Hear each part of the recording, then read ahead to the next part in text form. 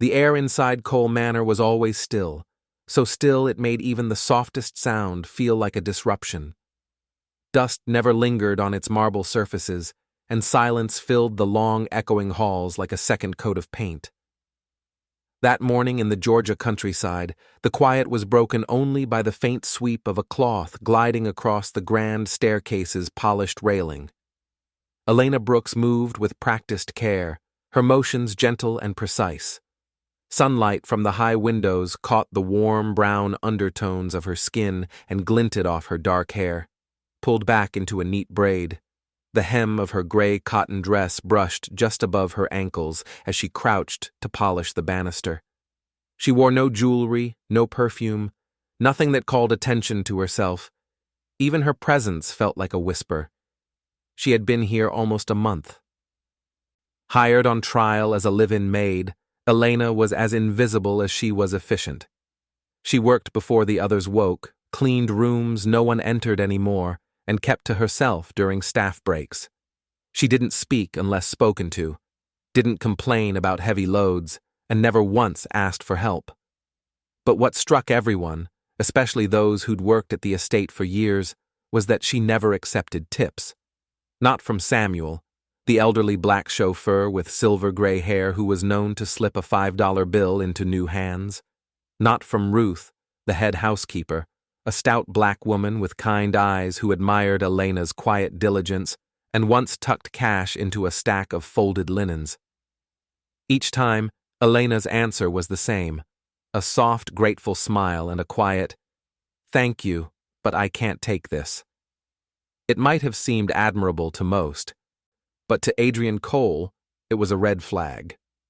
Behind sleek black doors on the top floor, in a room lined with models and city blueprints, Adrian stood in front of a large screen split into 4 live feeds, security cameras covering the estate's main rooms. His deep brown eyes were fixed on one, Elena in the dining room, wiping the table as sunlight pulled across the floor like syrup. "She doesn't take tips," Adrian said flatly. Beside him, Jordan Price, his longtime assistant, a sharp-dressed black man with close-cropped hair and wire-rimmed glasses, looked up from his tablet. "No, I saw that too. She's been solid, quiet, no complaints from anyone." Adrian didn't respond right away. He leaned closer to the screen, watching her adjust the silver centerpiece. "That's what bothers me," Adrian said. Jordan raised a brow. "That she's good at her job?" "That she's too good," Adrian replied. "Too perfect, too careful." He turned toward the window. "When I was a kid, we had a maid who felt like family. She made me cocoa when I was sick, read to me. Then one day, she emptied the safe and disappeared." Jordan stayed silent. He'd heard fragments of this story before. Adrian continued. "My father said it was a lesson. Don't trust people who seem too humble. The ones who smile the easiest lie the best." Jordan glanced back at the screen. "Maybe she's just decent," he offered. Adrian's jaw tightened. "Or maybe she's patient, playing the long game. It's not enough that she won't take money. I want to see what she does when she thinks no one's watching." Jordan frowned. "You're going to test her?" Adrian nodded. "She's lasted a month. Let's see what happens when kindness isn't convenient." And for the first time since Elena Brooks arrived, Adrian Cole felt something foreign, uncertainty. The living room of Cole Manor was dressed in quiet elegance. High ceilings, floor-length curtains swaying gently with the afternoon breeze, and warm sunlight casting gold across the parquet floors. On the large oak coffee table lay a leather wallet, a Patek Philippe watch, and a neat stack of $100 bills, loosely held by a gold money clip. The setup looked casual, almost accidental, but it wasn't. Adrian Cole lay motionless on the velvet sofa nearby. His shirt sleeves rolled just enough to show the expensive cufflinks at his wrists. His head rested against the cushion, eyes closed, his rich brown skin smooth and still, breath steady. Every detail was deliberate. But Adrian was wide awake. Behind the framed artwork on the far wall, a discreet security camera recorded everything. Today, he wasn't trusting his instincts. Today, he was gathering proof. He listened to the faint ticking of the wall clock. 2:47 p.m. Right on time, he heard the soft tread of shoes outside the room, a gentle knock on the open doorway. Silence, then footsteps. Elena Brooks. She entered with the same quiet presence that had begun to unsettle him. She wore her usual muted gray dress and a simple white apron. Her hair was braided again, a few strands falling softly around her warm brown face. Adrian resisted the urge to peek. He kept his breathing even, eyes relaxed behind lowered lids. Her footsteps stopped. She had seen the items on the table. He waited. No sound at first. Then the faintest intake of breath. Her steps resumed, but not toward the table. She moved behind the sofa, dusting the baseboard, then crossed to the sideboard and adjusted a vase of lilies. She worked methodically, carefully, ignoring the obvious temptation inches from the man who appeared asleep. Still, Adrian could feel it. Her gaze. She had seen the money. She had looked. The room felt heavier with each breath he took. Would she reach for it? Would she pocket a bill and pretend nothing happened? Then came the sound of gentle brushing. The cloth in her hand skimmed the table's edge. She moved closer, but not to steal. She was cleaning. He felt the faint shift of air as she passed him, careful not to disturb his sleep. She collected the empty teacup he had left earlier, wiped the tabletop, repositioned the coaster. Still, she hadn't touched the money. Adrian's heart beat louder than it should. Then came the moment he hadn't expected. Elena paused. Her hand hovered near the bills, not touching, not trembling, just still. Then she reached for a hardcover book from the shelf behind the couch. Without a word, she placed it gently on top of the money, as if shielding it from view. Adrian felt something flicker inside him. She turned and walked softly to the armchair nearby. From it, she picked up a folded throw blanket and approached him. He wanted to stop her, say something, open his eyes, but he didn't. Not as she gently unfolded the blanket. Not as she leaned over and tucked it lightly across his chest and shoulders. Not as her slender brown fingers brushed a lock of his dark hair from his forehead. And then, she whispered. So low it felt almost like a prayer. "Thank you for giving me this job. I won't let you down." Adrian's throat tightened. For the first time in years, the walls he had built cracked. Just slightly, but enough for something real to slip through. He lay still long after she had gone, eyes still closed, the weight of the blanket heavier than before. Not in fabric, but in meaning. For a man who had trusted nothing but control, the honesty of a woman who didn't know she was being watched was the most disarming thing of all. Adrian sat alone in his office, the room dim except for the soft blue glow of the security screen. The footage looped in silence. The same few minutes over and over. There she was, Elena. He watched her enter the living room. Pause. Her gaze fell on the items he'd left out, and then on him, asleep on the sofa. Her dark eyes lingered, not with greed, but something softer. Then the book, the blanket, the whisper. Adrian leaned forward, studying every detail. The way she smoothed the corner of the blanket. The way she looked at him, not like a CEO, but simply a man. Her voice echoed faintly in his mind. "Thank you for giving me this job. I won't let you down." For the first time in years, Adrian Cole wasn't sure what to feel. He wanted to dismiss it. Maybe she saw the camera, but deep down he knew better. There had been no performance in her eyes. It was real, and it left him shaken. The next day, passing by the kitchen, he slowed when he saw her alone, wiping down the counters. She didn't notice him. She paused only to fold a dish towel with precise care. Adrian stood in the shadows a moment longer than necessary, then moved on without a word. Later that week, Adrian spotted the old Rolls-Royce parked under the far tree. Inside, Samuel, their long-serving chauffeur, had dozed off, glasses slipping down his nose. Then Elena appeared. She moved quietly to the car, opened the door gently, and retrieved the knitted blanket from behind the seat. With practiced care, she tucked it over Samuel's shoulders. Then, silently, she closed the door and walked away. Adrian watched from the upstairs window, exhaling softly. It wasn't just one gesture. This was who she was. In the days that followed, Adrian began to see more. A dusty photograph of his mother, long forgotten, was suddenly clean, its silver frame gleaming. A leaky faucet stopped dripping. A small note in delicate handwriting appeared by the back door. Left extra fruit in the fridge for Mrs. Green. She's been craving peaches. It was signed only with a tiny hand-drawn flower. Then came the night he would remember for a long time. Adrian returned late from a business meeting. As he crossed the hallway toward the garden, he noticed someone sitting on the stone bench just beyond the glass door. Elena. She was hunched slightly, arms wrapped around herself. Her phone rested in her lap. Even from a distance, he saw her shoulders trembling. He opened the door slightly, enough to hear a muffled sob. Then nothing.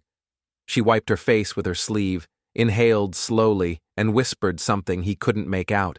He didn't step outside, didn't interrupt. He just watched, unseen, as she steadied herself and quietly walked back inside. The next morning, Adrian woke before sunrise. He entered the kitchen before the staff arrived, brewed tea, and reached into his desk drawer for a plain white envelope. He placed it beneath Elena's usual teacup on the tray. Inside, a modest sum. On the envelope, a single line. Do not refuse. It's your salary in advance. He didn't sign it. When Elena found it later, her fingers trembled. She looked around the quiet kitchen. The tea was still warm. She said nothing, and no one said anything to her. But behind a closed office door, Adrian sat with his untouched coffee, staring out at the Georgia landscape. It wasn't the money. It wasn't guilt. It was something else. Something like the beginning of trust. It happened on a Thursday. The estate was unusually busy that day, as Adrian hosted a private luncheon for a few longtime investors. The air was crisp, the staff moved like clockwork, and everything was exactly as it should be. Until it wasn't. Midway through the event, a guest, a well-dressed black woman in her early 50s with perfectly coiffed hair and a sharp tongue, stood from her chair and held up a small folded piece of white cloth. "Excuse me?" Vanessa Langford called out, loud enough for half the room to hear. "Someone dropped this, or should I say, tried to leave it behind?" Heads turned. Mrs. Langford held the handkerchief up like evidence. "I found it under the chair in the guest lounge. It smells of lavender, very deliberate." Adrian looked up from the end of the table, brows furrowed. Ruth, the head housekeeper, stepped forward. "I'll take care of it, ma'am," she said calmly. But Mrs. Langford wasn't finished.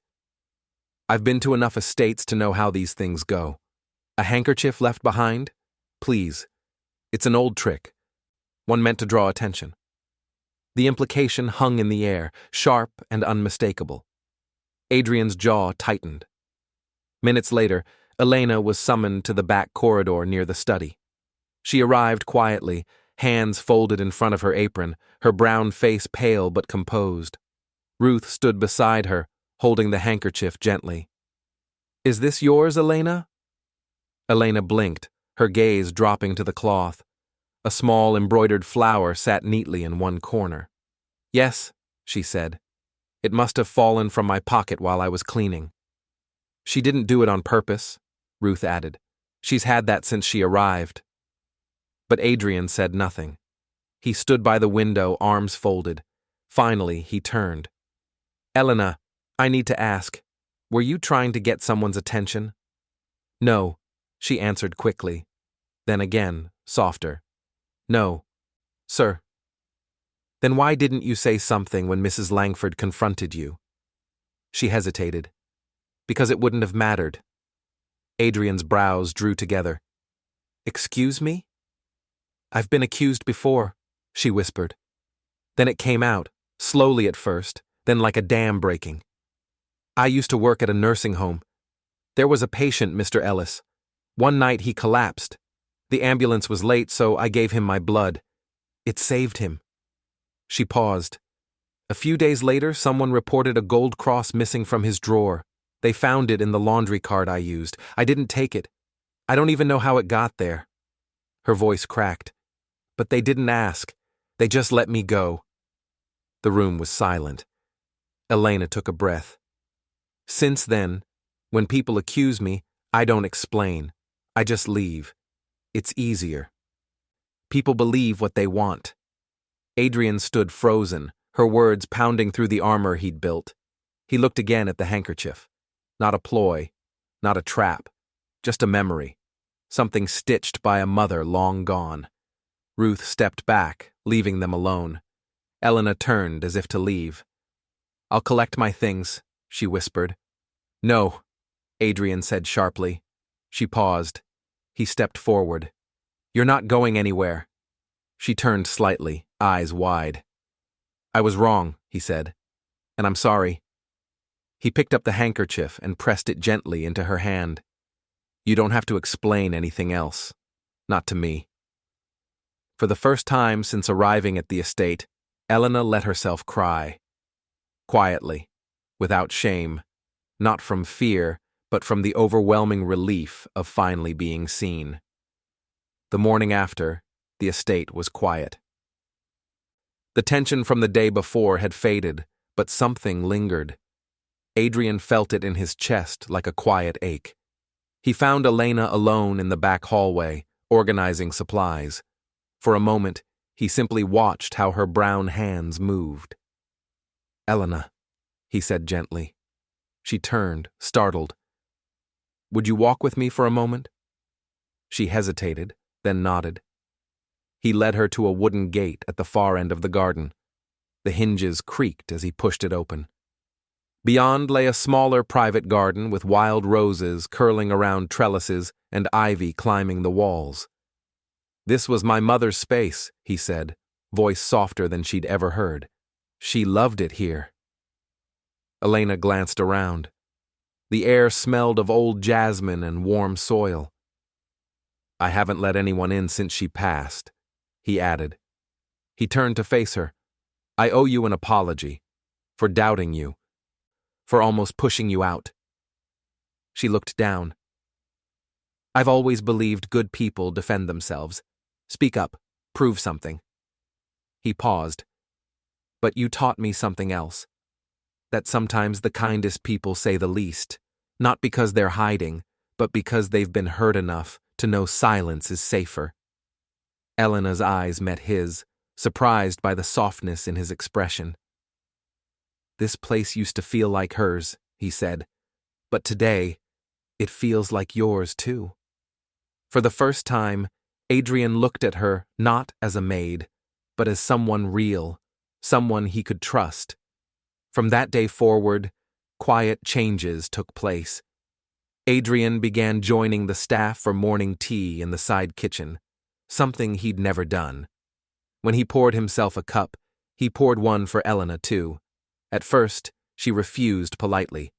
But the next morning, when he waited silently, placing the cup beside hers, she finally sat down.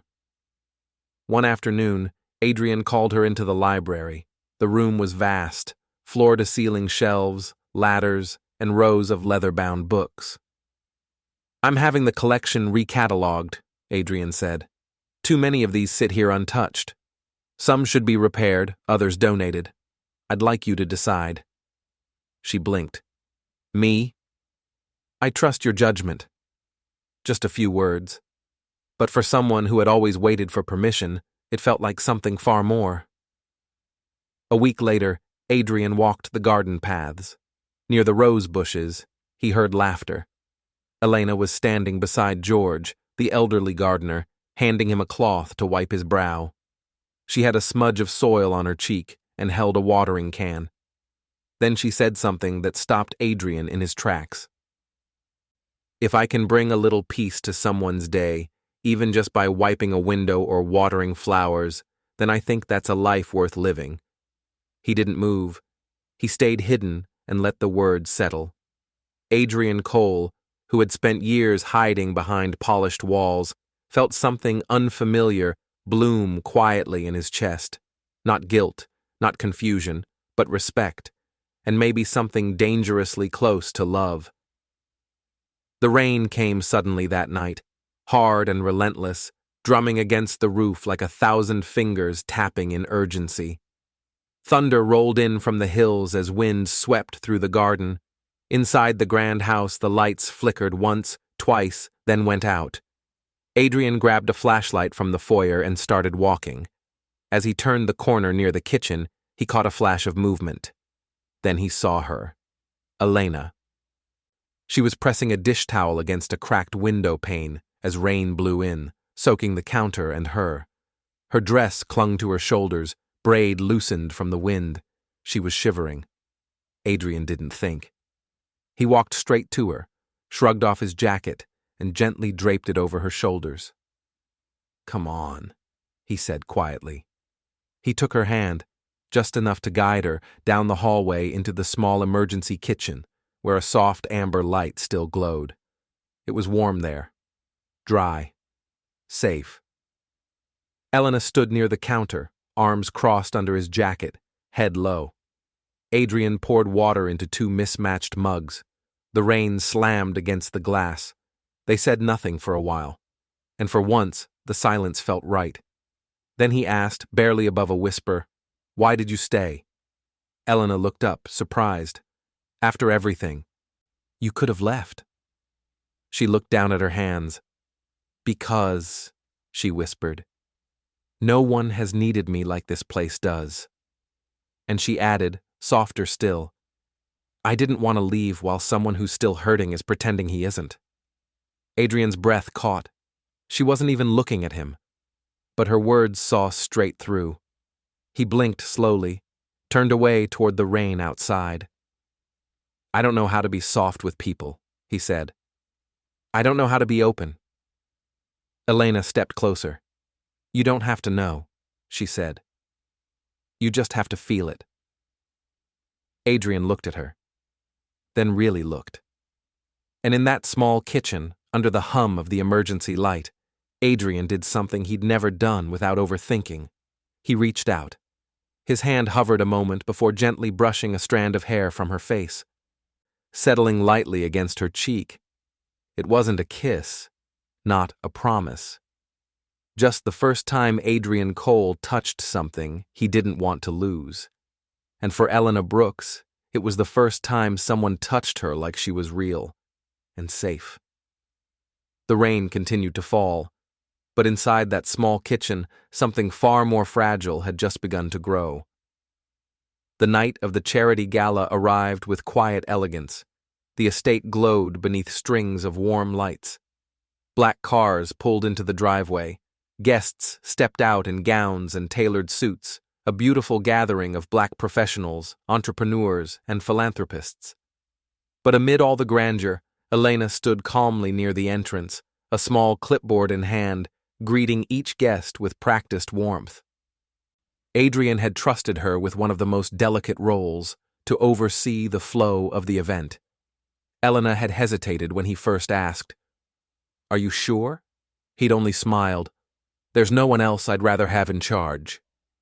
Now, as the estate filled with laughter, she moved through the crowd like she belonged. From the far end of the ballroom, Adrian watched her. Her pale blue dress was simple, modest, but it brought out the warmth in her brown skin and the brightness in her eyes. Later that evening, the music softened, and a member of the board tapped a glass. "Ladies and gentlemen, Mr. Adrian Cole would like to say a few words." Adrian stepped onto the small stage. His suit was sharp, but his expression was softer than anyone had ever seen. "I've hosted many events like this," he began, And I've spoken about numbers, investments, buildings. But tonight I'd like to speak about something else. The room grew quiet. I want to tell you a story about someone most of you have probably walked past tonight without even noticing. A person who not long ago arrived here with very little. No wealth, no title. Just quiet hands and eyes that had seen more than they deserved. He paused. This person reminded me that goodness doesn't announce itself, that the truest kind of strength is found in those who serve without needing recognition. He glanced toward Elena, who stood frozen, eyes wide. I won't name her, Adrian added, because she doesn't need her name spoken to matter. There was silence. Then a ripple of soft applause. After stepping off the stage, Adrian crossed the room and approached Elena. In his hand was a small square velvet box. He handed it to her. Elena opened it slowly, and her breath caught. Inside was a delicate silver pendant in the shape of a star. She had seen it before, on the neck of the woman in the photo in the estate's main hallway. Adrian's mother. My mother used to say, he said softly, those who keep light in their hearts will always find their way. He met her eyes. And you've done that, Elena? Even when no one was looking. Elena blinked back tears. She couldn't speak, but the look in her eyes said everything. In that moment, she saw Adrian not as the CEO, not as the man who had once doubted her, but as someone who had learned what it meant to trust again, and maybe even love. The letter came folded in plain white, tucked under the morning paper. Elena opened it slowly. The first line stopped her breath. Congratulations. You have been awarded a full nursing scholarship through the Cole Health Foundation. She blinked. She had never applied. Her heart raced as she scanned the details. Full tuition, housing, stipend. At the bottom, in elegant handwriting. Someone believed in you. Now go become who you were always meant to be. She knew instantly. It was Adrian. He never mentioned it. Not even when she quietly told him over tea, I think I'll be leaving soon. He'd simply nodded. And then he said gently, if one day you ever want to come back, the house will still be here. So will I. Elena left the estate 2 weeks later. Her suitcase was small, but her heart was heavier than she expected, and somehow lighter too. She stood at the gate that final morning, turning back for one last look at the place where her life had quietly begun to change. She didn't cry until the car pulled away. 6 months passed. Autumn returned. The garden at the back of Cole Manor was blooming again, this time with lavender, planted by Adrian. He knelt on the soft soil, sleeves rolled, dirt on his hands, trimming each bush with unexpected tenderness. He didn't hear the gate open behind him until he heard her voice. Still can't keep those lines straight. He looked up. There she was. Elena. Hair a little longer, eyes the same, a canvas bag slung over one shoulder, and in her hands, a small wrapped parcel. Adrian stood brushing dirt from his hands, too stunned to speak. I thought I'd visit the lavender, she said, then smiled. And the man who planted it. He swallowed hard. She handed him the parcel. He opened it carefully, a handkerchief, brand new, immaculate. Along the corner, stitched in gold thread, Adrian and Elena. He stared at it, then looked up, smiling. So this time you did mean to leave it behind. She laughed, eyes misty. No, she whispered. This time I want you to keep it. He stepped closer. She was here, and that was enough. Later that evening, the kitchen glowed in soft amber. Adrian stood at the sink, washing dishes slowly. Elena sat on the counter, watching him with quiet amusement. I never thought I'd see the great Adrian Cole doing dishes, she teased. He glanced over his shoulder, grinning. Don't tell anyone. It'll ruin my reputation. They laughed. Unforced, natural, like two people who had stopped trying to impress the world and finally learned to just be. Outside, the sun dipped below the trees. Inside, the world felt full. Thank you for watching this heartwarming story. If it made you smile or feel hopeful, then it did what it was meant to do. At TribeAfriTales, we believe the smallest gestures carry the deepest meaning. If you'd like more stories that heal and inspire, subscribe and hit the bell. We'll be here sharing more reminders that kindness still exists. See you in the next story.